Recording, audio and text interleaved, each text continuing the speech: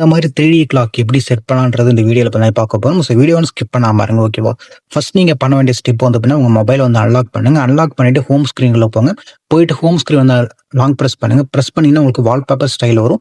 இதில் போயிட்டு உங்களுக்கு லாக் ஸ்க்ரீன் வால்பேப்பர் இருக்கும், ஓகேவா? இதை வந்து டேப் பண்ணுங்க. ஸோ டேப் பண்ணிங்கன்னா உங்களுக்கு லாக் ஸ்க்ரீன் வால்பேப்பர் மட்டும் தனியாக வரும். ஜஸ்ட் இதில் இருக்கக்கூடிய டைம் வந்து அப்படின்னா டேப் பண்ணுங்க. டேப் பண்ணிங்கன்னா உங்களுக்கு இந்த மாதிரி ஆப்ஷன் வந்து ஷோ ஆகும்.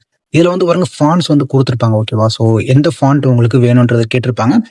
உங்களுக்கு எந்த ஃபாண்ட் வேணுமோ நீங்க வந்து அதுக்கு தகுந்த மாதிரி நீங்க செட் பண்ணிக்கலாம், ஓகேவா? ஸோ அதே மாதிரி இந்த 12ன்ற இடத்துல வந்து பாருங்க, உங்களுக்கு நிறைய ஃபாண்ட்ஸ் வந்து கொடுத்துருப்பாங்க.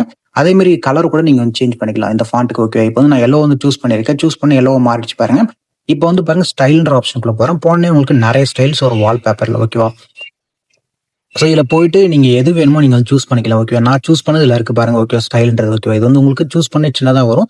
ஜஸ்ட் நீங்கள் கிளிக் பண்ணி என்லார்ஜ் பண்ணுங்க. என்லார்ஜ் பண்ணீங்கன்னா உங்களுக்கு பெருசாக வந்துடும், ஓகேவா? இந்த வால் கிளாக்ன்றது ஜஸ்ட் இந்த மாதிரி வந்து நான் சொன்ன ஸ்டெப்பை ஃபாலோ பண்ணிட்டு நீங்கள் டன் வந்து கொடுத்துருங்க. டன் கொடுத்தீங்கன்னா உங்களுக்கு இது வந்து சேவ் ஆகிடும், ஓகேவா? இவ்வளோதான் ப்ராசஸ்ன்றது.